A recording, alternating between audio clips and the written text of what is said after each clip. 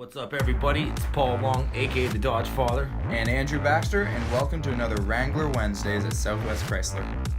So in this week's segment, I'm going to show you a 2018 Jeep Wrangler Unlimited with the Altitude package on it. This is done up in billet metallic.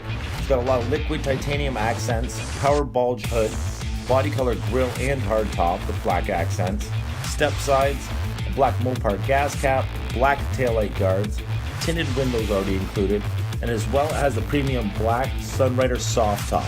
Now this also includes an off-road addiction upgrade kit, which includes a 2.5 Terraflex performance lift kit, a Smitty-built heavy-duty tire carrier, speedometer calibrator, and 5 needle ridge grapplers mounted on 17-inch Pro Comfort wheels.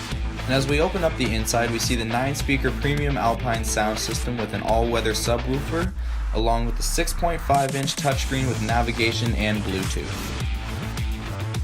And as we have a step into the front seat of the Wrangler, we notice the Altitude package comes with heated leather-faced black bucket seats. And as we step into the back seat, we notice how much space the Unlimited gives the Wrangler.